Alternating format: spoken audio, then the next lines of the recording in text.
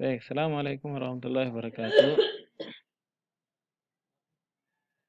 Jadi, pada kesempatan ini kita akan melanjutkan kuliah kita Matematika Komputer 2 ya. Kita akan masuk pada pembahasan penyajian graf dalam bentuk matriks.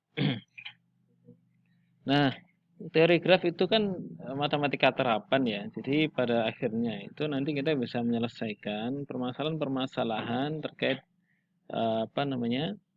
permasalahan sehari-hari yang kita selesaikan dengan komputer pada akhirnya ya, karena ada banyak data itu yang agak kesulitan kalau kita olah dengan secara manual karena datanya bisa sangat-sangat besar dan banyak, termasuk dalam graf juga. Nah, ketika kita bicara graf, maka kita lihat bahwa bentuk sebenarnya graf itu adalah bentuk sebuah gambar atau diagram ya, yang terdiri dari titik dan sisi. Nah, oleh karena itu jadi pertanyaan, bagaimana kita bisa mengolah gambar berupa titik dan sisi itu dengan komputer? Maka ini menjadi pertanyaan. Apakah bisa komputer itu mendapatkan input berupa gambar titik dan sisi? Ada beberapa program yang bisa, emang karena program itu untuk mengolah gambar, pengolahan citra ya, seperti yang sudah saya sering sampaikan. Tapi kalau graf, maka agak kesulitan kalau kita mau mengolah dengan menggunakan komputer. Karena susah untuk dikenali oleh sebuah program. Oleh karena itu kita harus menyajikan graf ini dalam bentuk lain yang mudah diolah, yaitu salah satunya adalah dalam bentuk matriks ya, dalam bentuk matriks. Nah, ada dua macam penyajian graf dalam bentuk matriks. Yang pertama adalah matriks adjacency dan matriks incidency. Incidence matrix dan adjacent matrix. Pertama, matriks in adjacency yaitu matriks AG.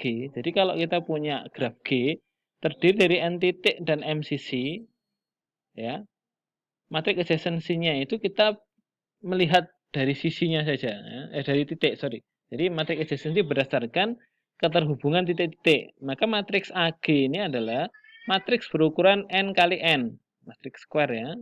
Di mana entry matriksnya adalah AIJ sama dengan banyak sisi yang menghubungkan titik VI dengan titik VJ. Ulang ya. AG matriks isinya AIJ itu ya, AIJ itu adalah isi atau entry baris ke I dan kolom ke J itu banyak sisi yang menghubungkan titik VI dengan titik VJ. Kita lihat sekarang ya. Sekarang kita punya berapa titik? V1, V2, V3, V4 ya. Ada 4 titik. Berarti kita akan bentuk matriks adjacency itu matriks berukuran 4 kali 4 ya. Yang baris mewakili titik, kolom juga mewakili titik. Ya, sekarang kita isikan. V1 ke V1 berarti ini A1. Berapa banyak sisi dari V1 ke V1? V1 ke dia sendiri. Sisi ya. Maka enggak ada, berarti kita sebutkan dia 0. Kemudian sisi dari V1 ke V2. V1 ke V2 ada E1, ada E2. Berarti ada berapa? Ada 2. Berarti di sini ada 2. V1 ke V3 ada yaitu E7. Berarti ada 1. V1 ke V4 ada lagi yaitu E5. Berarti di sini ada 1 sisi. Berikutnya V2 ke V1 ada 2. Ya kan? V2 ke V2 tidak ada, berarti 0. V2 ke V3 ada 1. V2 ke V4 tidak ada, maka tuliskan 0. Dan V3 ke V1 ada 1. V3 ke V2 ada 1. V3 ke V3 sendiri enggak ada, maka di sini 0. V3 ke V4 ada 1. Dan seterusnya.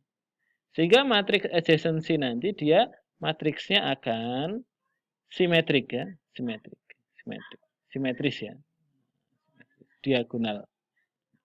Itu matriks adjacency. Nah, kemudian untuk matriks insidensi apa? Matriks insidensi itu adalah matriks MG.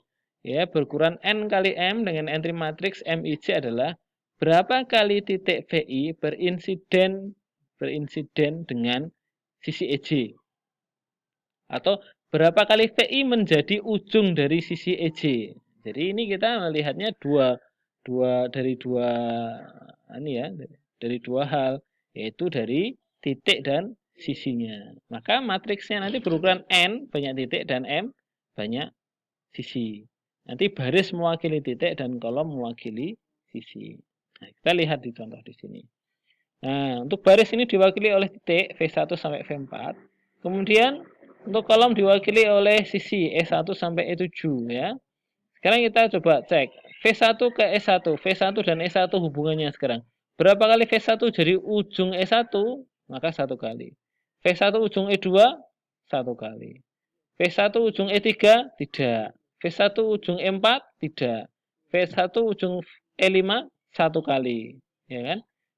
E6 V1 0 kali. E7 1 kali. Nah, demikian terus kita hitung. Nah, khusus nanti untuk sisi loop ya, sisi loop E6 ini maka dia menyumbang 2 kali jadi ujung. Maka kita lihat untuk V4. V4 ya langsung ya. V4 apakah ujung dari E1? Tidak, maka 0. Ujung dari E2 tidak, maka 0. Ujung dari E3 tidak juga, maka 0. Ujung dari E4 ya sekali, ya kan? Ujung dari E5 ya sekali. Ujung dari E6 dua kali. Berarti ini E6 adalah loop memberikan kontribusi dua kali. Kemudian E7 dia tidak menjadi ujung. Maka ini kita lihat bahwa ukuran matriks insidensi ini adalah 4 kali 7. Kalau ini tidak simetri. Oke, begitu dipahami dulu. Kita lanjut ke materi berikutnya. Nah, silahkan nanti Anda kerjakan untuk soal yang ini. Tentukan matriks adjacency dan matriks insidensi dari graf berikut. Oke. Lanjut ke materi berikutnya. Kita masuk pada materi subgraf. Apa itu subgraf? Kita sudah sering mendengar ya, subgraf atau graf bagian. Atau barangkali kalau ada yang pernah dengar ya, selain subgraf itu adalah ada subhimpunan gitu ya. Jadi ada beberapa istilah yang serupa. Apa itu subgraf? Misalkan G adalah graf dengan himpunan titik VG dan sisi EG. Graf H, kalau himpunan titiknya VH dan himpunan sisi EH, graf H dengan himpunan titik VH dan sisi EH disebut subgraf dari G jika VH adalah himpunan bagian dari VG. Atau dituliskan VH subset VG. Dan EH subset dari EG. Kita tuliskan begini. Apa artinya? Kalau misalkan semua titik di H itu adalah titik di G, dan semua sisi di H adalah sisi di G. Sorry, ini salah ya. Ini bukan VG tapi EG. Sorry, ini EG. Sorry.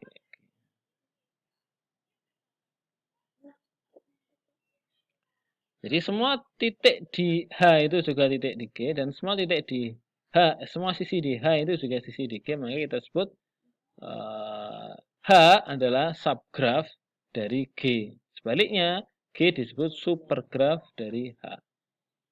Nah,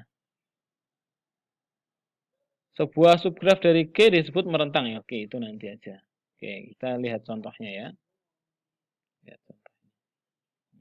Nih, contoh subgraf ya. Kalau kita punya graf ini ya, terdiri dari A, B, C, D, E, F, G, ini titiknya, sisinya E1 sampai E7. Nah, H1 ini subgraf dari G. Kenapa? Ya, karena semua titiknya A, C, B, D, F, G ini himpunan bagian dari semua titik ini. Artinya, semua titik di H1 ini, dia ada di G. Coba, A ada. B ada, C ada, D ada, F ada, G ada. Ya. Kayak ini adalah subgraf. Sisinya juga begitu. E1 ada di sini. E4 ada, E8 ada, ya kan? E7 ada. Ya, E5 ada di sini. Maka ini subgraf. Ini juga subgraf. Meskipun enggak ada ya, enggak ada enggak masalah. Kalaupun Anda membuat misalkan seperti ini ya. Seperti ini ya. Ah, tuh, sorry.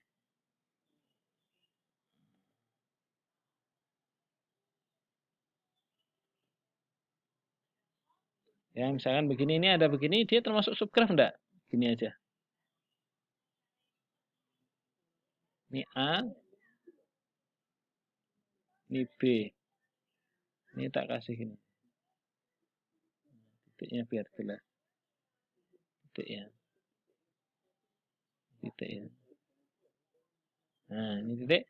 Kalau seperti ini, sorry. A, B gini apakah subgraf juga? Iya, ini subgraf. Karena apa? A adalah A, dia ada di G, B juga ada di G, E1 juga ada di G, maka ini juga subgraf juga. Gitu. Termasuk pun bila Anda mengambil itu tanpa sisi ya, ini A aja, ini B aja, gitu ya. Ini B, ini B, ini D, ini B, ya kan? Ini A, B, C, D. Tanpa sisi pun dia juga subgraf. Kenapa? Karena kan gini, VE isinya adalah A, B, C, D. D kan subset dari VG kan? Ya. Kemudian untuk sisinya, sisi EG itu apa? Sisi EH, sorry. Sisi EH, ini H ya. Sisi EH itu himpunan kosong. Apakah dia subset dari EG? Iya, karena himpunan kosong itu adalah subset dari semua himpunan. Maka ini kita sebut sebagai subgraf juga. Ya. Kecuali nanti ada satu titik yang memang tidak ada ini. Ya, paham ya? Jadi ini subgraf. Ini juga subgraf. Tapi ini bukan subgraf. Kenapa? Karena ada satu sisi yang tidak ada di sini. Apa sisi itu? Sisi EG. EG di sini ada, tapi kok di sini ada? Jadi ini bukan subgraf. Jadi ini yang menyebabkan dia bukan subgraf. Bukan subgraf. Ya, gitu ya. Itu namanya subgraf. Nah, istilah berikutnya adalah subgraf rentang. Apa itu subgraf rentang? Subgraf rentang adalah subgraf yang memuat semua titik dari G. Ini bukan subgraf rentang karena ada titik yang tidak ada, yaitu E. Ini juga bukan karena tidak ada B. Nah, contoh subgraf rentang itu seperti ini. Ini subgraf, tapi memuat semua titik. Titiknya ada U, Y, V, X, W. Itu semua ada di sini. U, Y, V, X, W. Maka ini kita sebut sebagai subgraf rentang. Nah, itu dulu untuk materi pertama pada sesi ini. Terima kasih. Kita lanjutkan ke materi berikutnya.